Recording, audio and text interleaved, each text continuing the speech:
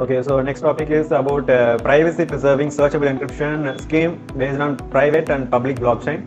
So in this, they have been mainly focused on privacy as well as the searchable. So how we are going to implement the searchable process in that particular project. In this, what they have been implementing is that at the initial stage, how you are going to be providing the security for the particular, not as a document, but as a content. So you have been providing a content means you are going to be providing both file name as well as the keyword for the particular data, and you are going to be giving the data in the format of message format. But while uploading itself, key will be encrypted. The particular content also will be split into two parts as in the format of encrypted data, and while submitting itself, information will be that is converted into a blockchain process.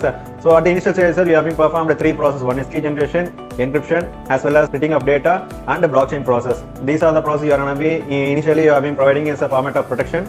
So in the middle format, what you are going to be doing is that if the data user needs to be access that process means how you are going to be search through that particular keyword or else a file name, and at that time he can't view that particular data. It's in the encrypted format. If he needs to view means he needs to get the authentication from the private blockchain, so that there the verification can be done through the format as of the acceptance. At the time of acceptance only, the another blockchain has been integrated, so that the information has been secured both in the source file as well as the destination part also.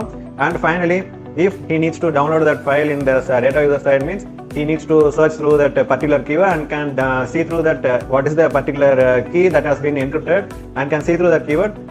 Then if you have been click on the download means the information can download in the format of document file. So initially you have been given in the message format, but finally you can download it as a document format, so that it can be useful for future purpose also. With this way we have been performed authentication and privacy of information and also searchable data encryption with the blockchain.